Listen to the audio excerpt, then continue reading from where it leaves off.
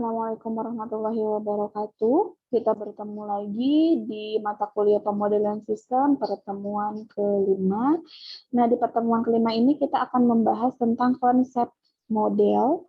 Ya, ini yang akan kita bahas di pertemuan kelima. Kemudian tujuan dari belajar konsep model itu apa? Yang pertama adalah mampu menjelaskan konsep dasar dari si konsep model tersebut. Yang kedua adalah memahami dan mampu menyelesaikan konsep dari model yang akan kita bahas nanti. Kemudian topik yang dibahas yaitu ada definisi model, karakteristik model, prinsip-prinsip pemodelan, dan klasifikasi model. Nah, untuk topik yang dibahas ini sumbernya adalah dari Simatupang di buku pemodelan sistem dari halaman 1 sampai halaman 20. Nah, kemudian kita akan bahas yang pertama adalah definisi dari model. Apa sih model itu? Nah, ini definisi model. Definisi model itu didefinisikan oleh beberapa ahli. Ada definisi model secara umum, ada dari Eckhoff, ada dari Murphy, ada dari Merdick, ada dari Gordon, sama dari Toha. Ini adalah ahli-ahli yang mendefinisikan dari model. Nah, ini definisi model secara umum di sini ya, ada dari si A sama dengan image, terus dia masuk ke sistem nyatanya, di sini dipengaruhi oleh ada sistem nilai pengetahuan dan pengalaman, terus juga dia juga ada bahasa resmi dari sebuah model itu. Kemudian jika model sudah dibuat dari bahasa resmi, lalu modelnya diuji. Nah, di sini ini modelnya diuji. Nah, tapi kalau kita lihat yang dari sebelah sini, ini ada timbal balik antara si image sama si sistem yang si A ini. Nah, setelah sistemnya dibuat dengan ada dengan nilai dari pengetahuan dan pengalaman, lalu dibuat sampelnya. Setelah dibuat sampelnya, maka modelnya diuji. Jadi kalau misalnya si sistem ini mau dari itu pengalaman atau dari bahasa resmi dari sebuah model, akhirnya adalah modelnya akan diuji apakah layak atau tidak. Nah, ini pemodelan atau model sistem nyata dan pemodelan. Ini secara umumnya. Yang pertama kita bahas adalah model. Apa itu model? Model adalah representasi atau formalisasi dalam bahasa tertentu yang disepakati dari suatu sistem yang nyata. Ini adalah definisi dari model. Kemudian definisi dari sistem nyata, yaitu sistem yang sedang berlangsung lama dalam kehidupan yang menjadi perhatian dan dipermasalahkan. Jadi kalau sistem nyata ini adalah sistem yang berlangsung pada kehidupan, yang menjadi perhatian juga, atau juga bisa dipermasalahkan sistemnya. Kemudian yang ketiga adalah pemodelan, yaitu proses membangun atau membentuk sebuah model dari suatu sistem nyata dalam bahasa formal tertentu. Nah, kalau pemodelan ini sama saja seperti gabungan dari model dan sistem nyata. Model tadi adalah bahasa tertentunya atau bahasa formalnya, sistem nyata adalah sistem yang berlangsung lama di kehidupan, lalu gabungan dari model dan sistem nyata disebut dengan pemodelan. Oke, selanjutnya ini model menurut Eckhoff, yaitu model bisa dikategorikan menjadi kata benda, kata sifat, dan kata kerja, di mana kata benda adalah representasi seperti gambaran, perwakilan, atau lambang dari sebuah model itu. Kemudian kata sifat, yaitu ideal, yaitu idaman, teladan, contohnya adalah sebuah cita-cita. Lalu kategori yang ketiga adalah kata kerja, yaitu memperagakan, mempertunjukkan, atau memamerkan. Ini adalah pengertian model menurut Eckhoff. Kemudian menurut Murphy, model yaitu adalah representasi memadai dari suatu sistem.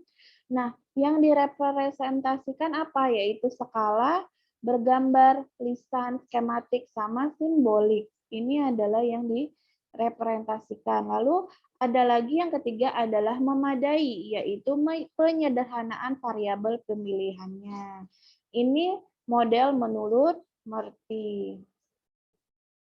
Kemudian menurut Gordon, yaitu model adalah kerangka utama informasi tentang sistem yang dikumpulkan untuk mempelajari sistem tersebut.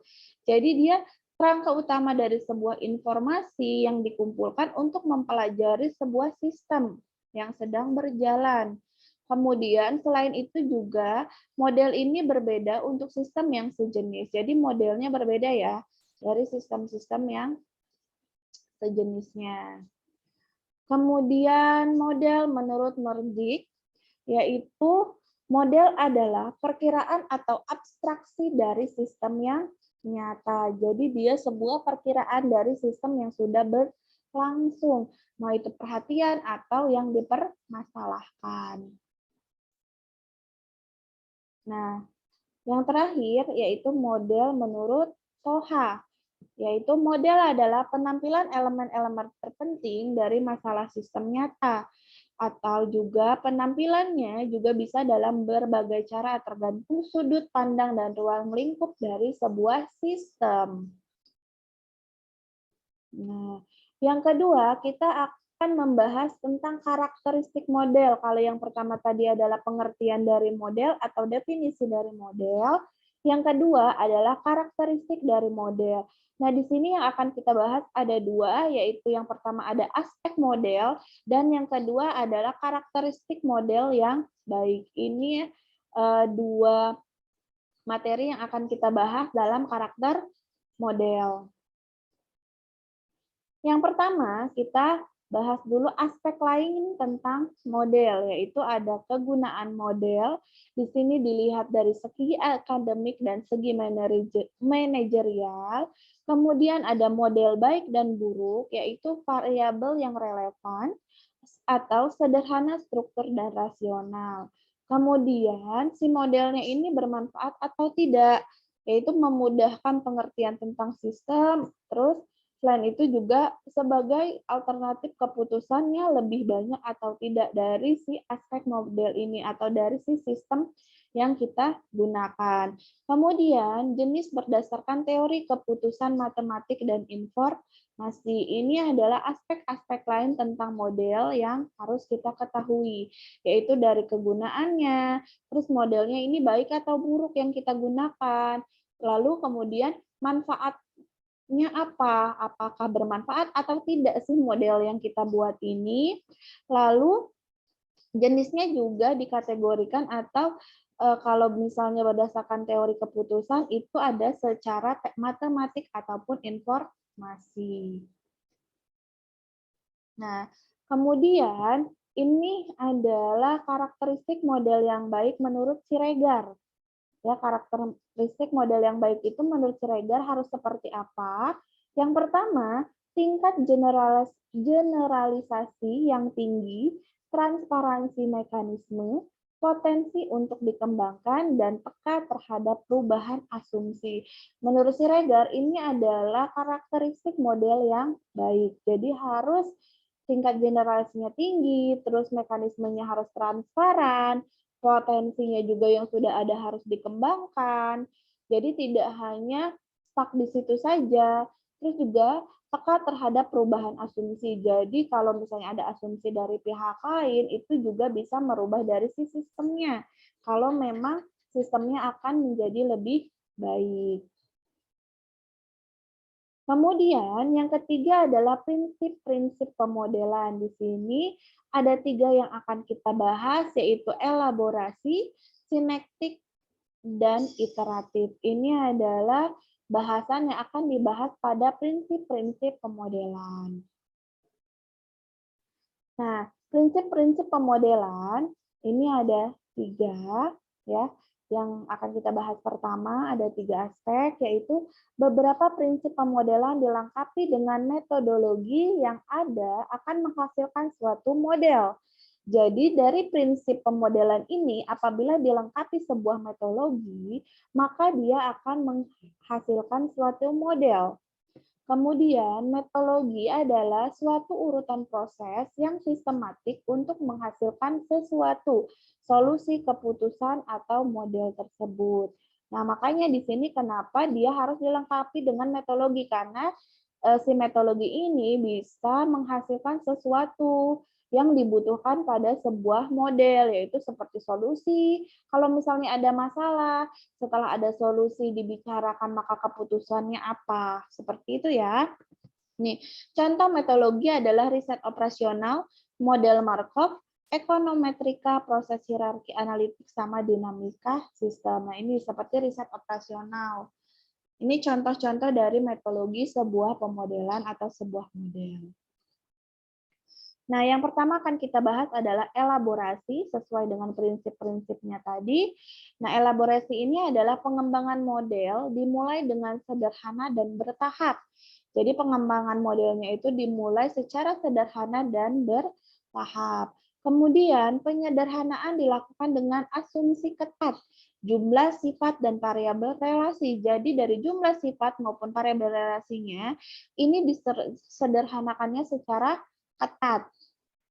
Kemudian, asumsi harus tetap konsisten, independen, ekuivalen, dan relatif. Nah, ini adalah asumsinya ya, harus tetap konsisten, independen, ekuivalen, dan relatif. Kemudian yang kedua adalah sinektik. Menurut Dan, sinektik adalah metode yang digunakan atau yang dibuat untuk mengembangkan pengenalan masalah secara analogis. Jadi, metodenya dibuat untuk dikembangkan pengenalan masalahnya secara analog. Ya, kalau tadi kan yang sebelumnya dia dikembangkannya secara bertahap dan sederhana. Kemudian yang kedua adalah masalah baru kadang dapat dipecahkan berdasarkan model yang ada. Jika ada masalah-masalah yang baru dari suatu model itu bisa dipecahkan dengan model yang sudah ada. Lalu ada 4 tipe analogi, yaitu personifikasi, langsung, simbolik, dan fantasi. Ini adalah 4 tipe analogi yang digunakan pada sinektik. Kemudian ada iteratif, yaitu pengembangan model bukan proses yang mekanistik dan linier. Kemudian pengembangannya melalui customize atau customisasi kembali, yaitu iteratif. Lalu prinsip iteratif adalah pengembangan model awal atau dugaan. Yang kedua, aturan untuk memperoleh model yang memadai. Dan yang ketiga adalah ukuran berbagai titik akhir untuk menyelesaikan proses iteratif. Ini adalah prinsip model secara iteratif. Oke, yang selanjutnya adalah model klasifikasi. Di sini ada menurut Merdick dan Eckhoff, juga ada menurut Forrester. Ini adalah model klasifikasinya. Oke, klasifikasi model kita bahas dulu yang menurut Merdick dan Eckhoff. Ya, yang pertama adalah klasifikasinya harus ada fungsi, lalu struktur, akuan waktu, acuan tingkat ketidakpastian, generalisasi derajat, acuan lingkungan, derajat kuantifikasi, dan dimensi. Ini adalah klasifikasi model menurut Merdick dan Eckhoff. Kemudian kita bahas klasifikasi model menurut Forrester, yaitu ada fisik abstrak, statis dinamik, linier, non-linier, stabil, tidak stabil, kondisi stabil atau sementara, terus terbuka dan tertutup. Ini adalah klasifikasi model menurut Forrester. Oke, kita bahas lagi. Klasifikasi model menurut Merdick dan Eckhoff. Yang pertama berdasarkan fungsi, yaitu ada deskriptif atau kondisi yang nyata dari sebuah pemodelan, prediktif yaitu meramalkan model ini akan baik atau tidak, akan ada masalah atau tidak, yaitu prediksi ke depannya seperti apa. Normatif adalah seharusnya. Jadi apabila sudah diramalkan akan ada masalah, maka seharusnya kalau misalnya masalah itu seperti apa, atau seharusnya model itu yang dijalankannya seperti apa agar tidak ada kesalahan ke depannya. Ini berdasarkan fungsi.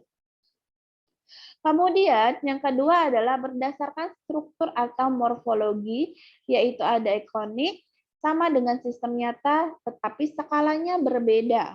Kemudian analog, fisiknya berbeda, perilakunya sama, dan yang ketiga adalah simbolik. Ini berdasarkan struktur. Oke, ini masih klasifikasi model menurut Murdyk dan Eckhoff. Yang selanjutnya adalah berdasarkan dimensi, yaitu satu dimensi sama dengan satu variabel. Multidimensi berarti lebih dari dua variabel. Kemudian ada berdasarkan waktu, yaitu statis dan dinamis. Kemudian berdasarkan aspek informasi ada deterministik, probabilistik, dan model tak pasti. Oke, selanjutnya berdasarkan generalisasi, yaitu ada khusus dan umum. Yang kedua berdasarkan derajat, ada terbuka dan tertutup. Kemudian berdasarkan derajat kuantifikasi, ada mental, yaitu kualitatif, masih ada dalam pikiran seseorang yang verbal. Kemudian model kualitatif yang dinyatakan secara tertulis, kuantitatif.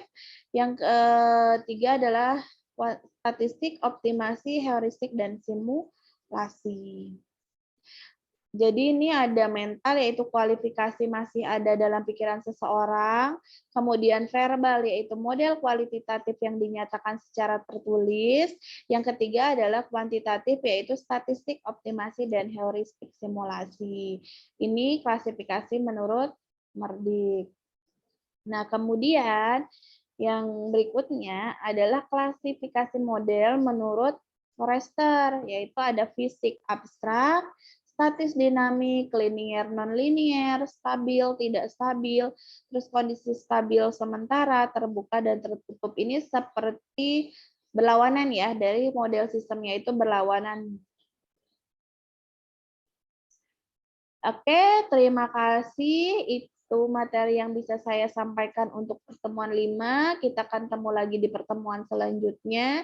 Jika ada pertanyaan, boleh langsung ditanyakan di kolom komentar ataupun di grup kelas ya. Terima kasih. Saya akhiri. Assalamualaikum warahmatullahi wabarakatuh.